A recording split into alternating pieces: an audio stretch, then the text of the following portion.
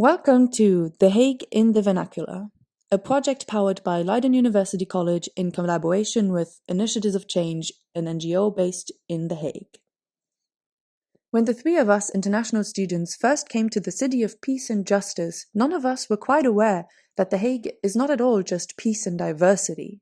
Only after walking a mile in the city will you be able to see that The Hague is actually struggling with segregation and that the different residential areas live secluded from one another. But what can we do to tackle this problem? How can we make the segregation more visible? And what even is the problem?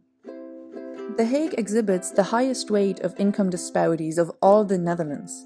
In 2020, more than 55% of the residents of The Hague had a migration background, and around 80% of those residents lived in areas where less than 10% were native Dutch. The segregation in The Hague is especially visible when comparing Schildersburg to Vogelwijk, two residential areas in The Hague. Only 7.6% of the residents of Schildersburg have high income and 65.9% of them have low income. In comparison, 57.9% of the residents of Vogelwijk have high income and only 12.1% have low income in Vogelwijk.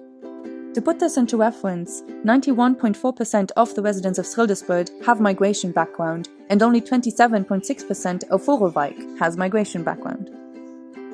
This goes to show that income disparities and inequalities of opportunity are closely related to migration and segregation. But what does this mean for the citizens of The Hague? To capture, understand, and communicate the residents' lived realities and the impact high levels of segregation have on them, we propose a photo voice project specifically for students in The Hague. With this tool, unhindered by linguistic barriers, disparities in the human rights culture of The Hague can be identified and communicated without the obstacle of having to learn a new language.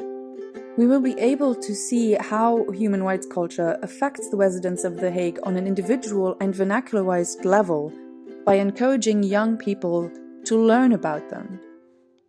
What is human rights culture, though, and how can it be captured in photos? To that effect, the participants will be given a prompt to one specific aspect of human rights, like for example food security, which they will focus on and do their photo voice project on. The provision of food and eating culture, as well as access to nutritious diets, are largely tied to culture and socioeconomic status, and people will likely connect different things or concepts to food security. For some, it's about the social interaction and eating in togetherness. Some value nutrition and others value taste and comfort. What we really want to know, however, is if the human rights culture in The Hague allows for them to flourish and provides them with their food security. With the completion of this project, we will have a tool to identify the spaces and places within The Hague in which human rights are being protected or reinforced, as well as where they are being neglected or even violated. Overall, the project has 3 steps.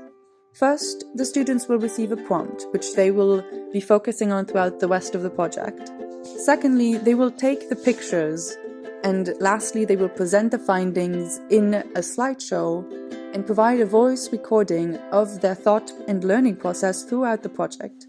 That way, Initiatives of Change can collect coherent reports of The Hague in the vernacular. And just like that, with the flash of a light, the segregation and disparities within The Hague are made visible.